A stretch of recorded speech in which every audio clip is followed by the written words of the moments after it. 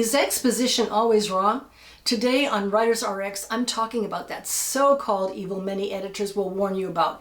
That one seemingly unforgivable mistake, poorly expressed exposition. But is exposition always to be avoided? Is it always evil? This is a tricky subject. Tangled up in a story's narration, there are times and ways you can use exposition and ways and places where you shouldn't. This isn't a new subject. The first part of this video will define what exposition is and why it doesn't work when it's too obvious. The second part of this video will show you when and how you can use exposition, basically when it's needed, and how, if you're subtle about it, you can retain a reader's enjoyment and not disrupt their reading flow. Because really, if you're writing well, if you're a seasoned and experienced writer, if you know what the rules are with regards to exposition, you can break those rules and you can get away with just about anything.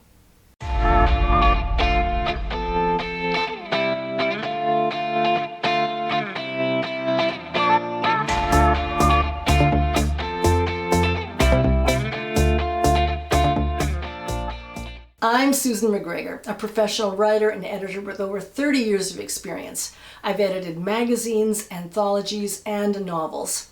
Currently, I'm an editor with On Spec magazine, one of Canada's foremost magazines for fantasy and science fiction. As a writer, I've put out a trilogy, the first book of which is by the same name, The Tattooed Witch. I've also written a non-fiction book, The ABCs of How Not to Write Speculative Fiction, which, like these videos on Writers RX, I've based on my 3 decades of experience. But enough about me. Let's get into these tips about exposition, what you should be doing and what you shouldn't. So, exposition. What is it?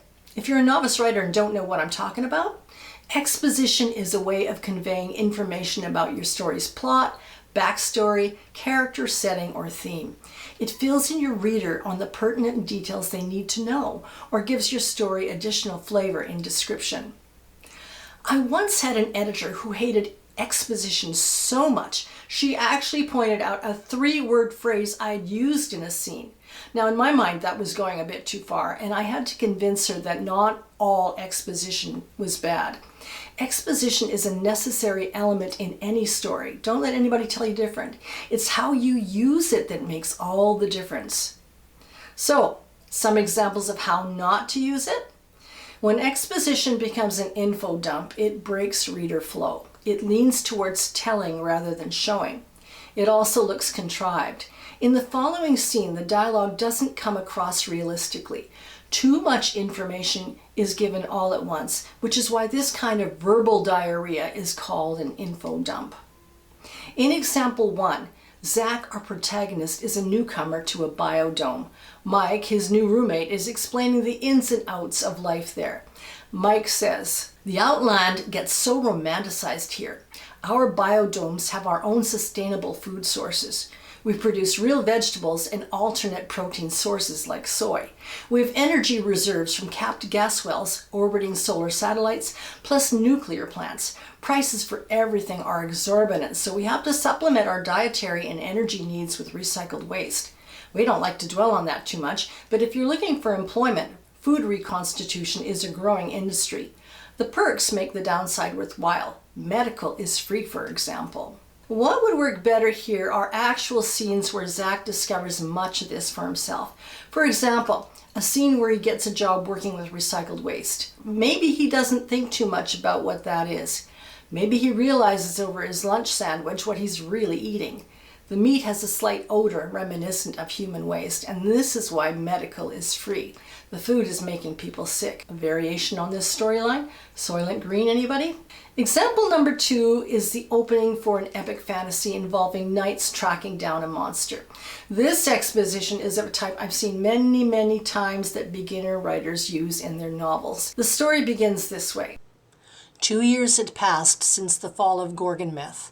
I hesitated as I stood at the entry to the Gorgonmeth's cave. The others held back, expecting me to take the lead, but I didn't trust what lay before me.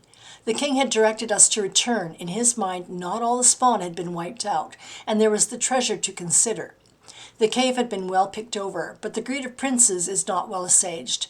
And so, here I stood, hoping that I would not engage a monster, and perchance find some trinket of gold within, at least to prove we had been there. I might tolerate this opening, although there are better ways to start a novel, probably with a little bit more showing of the scene than telling how the protagonist reads the other's reluctance, what he's thinking and feeling in the present moment, without jumping into what the king wants. The real problem with the exposition begins in the next paragraph, where he explains what the Gorgon myth are and some of his history with them. The Gorgon myth were an ancient genus, not quite dragon and not quite minotaur. More of a dragon with the body of a bull, generally solitary, but in times of plenty they would mate and create more monsters that roamed the land. The last one, or so I hoped was the last, had only been an adolescent, but it had taken its toll on me. I still bore the scars of its teeth upon my side. My woman had murmured her concern, had staunched my blood as I lay in delirium under her care. It was weeks before I finally recovered. The town crone had also spoken of the defilement of my blood, as if I might turn Gorgon, although the king's physics scoffed at her superstitious nonsense and said it was unlikely. More to the point, having once tasted of me, they said the monster, should I leave, would seek me out. This is what worried me most, but I dared not show it before my men. The first sentence gives away too much and hints of backstory. Readers don't need to know so much in the beginning. The opening scene would work better if the writer just gone on with the action. Throw in some dialogue with his men. Maybe the writer allows us to witness the knights setting up their strategy to breach the cave, or a tricky but dangerous way to entice the monster out of it. Our knight would have many worries, his own hidden fears that he admits only to himself, which the author would make the reader party to, as well as the fears our knight has for his men. Readers want to know these things, to feel the protagonist's sensations as he experiences them. These things also build the protagonist's character. Why is telling or exposition in these two examples such a problem? Mostly because exposition stops the action in its tracks. You don't want the plot to pause to explain, especially in your opening. An opening should grab the reader with its tension, and the action should be apparent, visceral, and ongoing. Any element of danger should be expanded upon rather than stopping the action to handily explain what's going on. In fact, if the writer doesn't explain at all or keeps his explanations limited to small hints, this is a type of hook. The reader keeps reading because he wants to know more. So how can you use exposition effectively? Number 1, use exposition to create a vivid atmosphere. The key here is to use evocative language that doesn't go on for too long, but just gives the reader enough. This example is from one of my favorite authors, Roger Zelazny, and his novel, 9 Princes in Amber. In the room the size of a ballroom, the pattern was laid. The floor was black and looked smooth as glass, and on the floor was the pattern. It shimmered like the gold fire that it was, quivered, made the whole room seem somehow unsubstantial. It was an elaborate tracery of bright power, composed of many curves, though there were a few straight lines in its middle. It reminded me of a fantastically intricate life-scale version of one of those maze things you do with a pencil, or a ballpoint as the case may be, to get you into or out of something. Like I could almost see the words, "Start here," somewhere way to the back. It was perhaps 100 yards across at the narrow middle, and maybe 150 long. It made bells ring in my head, and then came the throbbing. My mind recoiled from the touch of it.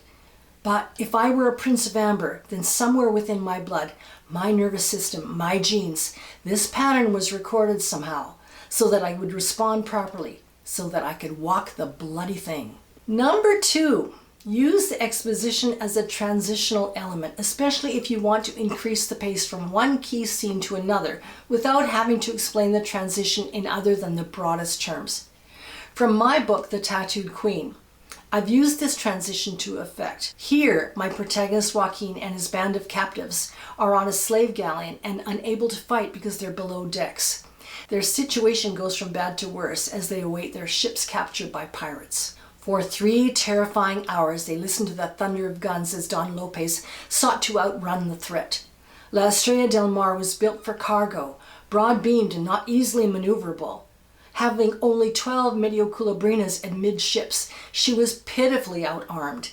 They heard the crew's panic as their attackers closed, the curses of the invaders as they drew alongside, the scrape of grappling hooks, the screams, crush and thump of hand-to-hand combat. One deep baritone outboomed the rest. By the time they were forced to stand on a blood-soaked deck, it was plain their new masters weren't there to save them. Instead, they taunted the wounded and tossed the dead to the waves. Francis stood with Joaquin and Iago, while Barto remained slightly apart. Don Lopez and his lieutenants had been propped against the main mast, with their hands tied behind their backs. One side of the Viscount's face was bloody. He appeared to be missing an ear. From this paragraph, I jump into dialogue between the pirate Captain Boyle and his first mate, who convinces Boyle that financially, living hostages are better than dead ones. So this is one thing you can do. Move from a transitional scene directly into the present moment through dialogue. Speaking of dialogue, number 3, use exposition in dialogue between characters, or where the protagonist uses first person to tell the reader how they feel about their situation. Again, here's an example from Roger Zelazny's 9 Princes in Amber. I was willing to die fighting, but it was senseless for all these men to go down with me. Perhaps my blood was tainted despite my power over the pattern. A true Prince of Amber should have no such qualms. I decided then that my centuries on the Shadow Earth had changed me, softened me perhaps, had done something to me which made me unlike my brothers. Number 4. Use exposition to illustrate part of the history of a place. This example is from Fonda Jade City, Book 1 of the Greenbone Saga, where Lan, the soon-to-be leader of the Greenbone clan, recalls one of his tests at his training school. When he'd been a student at Col du Cheron Academy, he'd spent a night locked in a cavernous, pitch-black underground chamber with 3 rats. It was one of the tests of perception administered to initiates at the age of 14. He groped blindly along the cold stone walls, listening for the inaudible scritch of tiny claws, questing for blood heat like a snake, keenly aware that the exam ended if, and only if, he caught and killed all 3 sharp-toothed rats with his bare hands. Lan's back tensed at the memory. So here we have telling, but it's done so well that the exposition is hardly noticed. The scene is vivid, it gives us a sense of place and what went on there, as well as the protagonist's emotional reaction, which was perhaps a form of PTSD. In conclusion, exposition works when it's limited, subtle, transitional, vivid, and part of dialogue that doesn't devolve into info dumps or expositional lumps. If you follow the rule of less is more, you're not likely to go wrong. Sprinkle details here and there, and wherever possible, show rather than tell. And then decide what kind of scene serves you best. I'm Susan MacGregor, and this is Writers RX, where I offer prescriptions for your fiction. If you liked this video, please give it a thumbs up so I know this advice about exposition has been worth your while. Hopefully it's cleared some things up for you. Also, feel free to comment, and if you haven't already subscribed, please do so. Thanks again for watching.